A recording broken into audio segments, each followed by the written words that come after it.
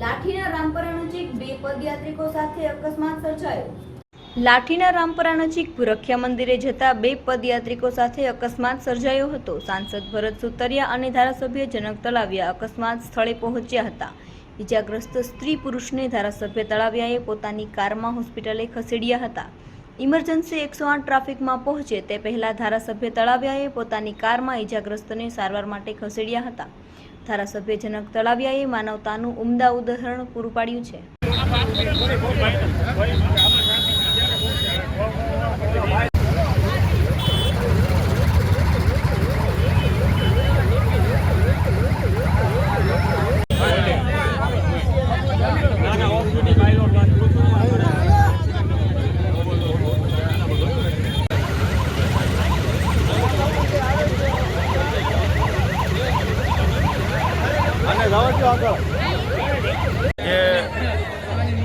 હનુમાન જયંતીની પૂર્વ સંધ્યાએ જ્યારે અમે અમરેલીથી નીકળી અને જે ભૂરખિયાના રોડ સુધી જે રસ્તા ઉપર અલગ અલગ સંસ્થાઓ દ્વારા જે પદયાત્રાઓ યાત્રીઓ જે નીકળે છે એમના માટે અલગ અલગ નાસ્તા પાણી, ઠંડા પીણા, આઈસ્ક્રીમ, ફ્રૂટ આવી અલગ અલગ વ્યવસ્થાઓ કરવામાં આવી છે। અને એવા સમયે જ્યારે અમે લાઠીથી ભૂરખિયા સુધીના રોડ ઉપર જ્યારે અમે જતા હતા ત્યારે રસ્તામાં કોઈ ટુ વ્હીલવાળાએ બે ટુ વ્હીલવાળાને અડફેટે લઈ અને જે એક અકસ્માત સર્જ્યો ત્યારે તાત્કાલિક અમે ઘટના સ્થળેથી 1 મિનિટના અંતરે હતા, અમને ખબર પડી અને તરત જ અમે અને અમારા અમરેલી જિલ્લાના લોકપ્રિય સાંસદ ભરતભાઈ સુતરિયા બંને સાથે હતા અને તાત્કાલિક ધોરણે અમારા બંનેમાંથી એક ગાડી અમે બંને જે ઇજાગ્રસ્ત લોકો હતા એમને તાત્કાલિક ગાડીમાં બેસાડી અને ફૂલ ટ્રાફિક આ રોડ ઉપર હોય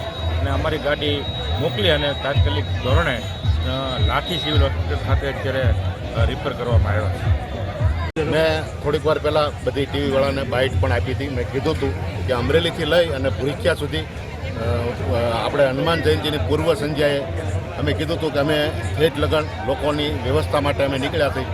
અમે રામપર પાસે આવતા અમને અકસ્માત જાણવા મળ્યું કે અકસ્માત થયો છે। ત્યાં અમે જઈ અને મારી જ ગાડી મેં રવાના કરી અને હોસ્પિટલ એને પહોંચાડ્યા છે।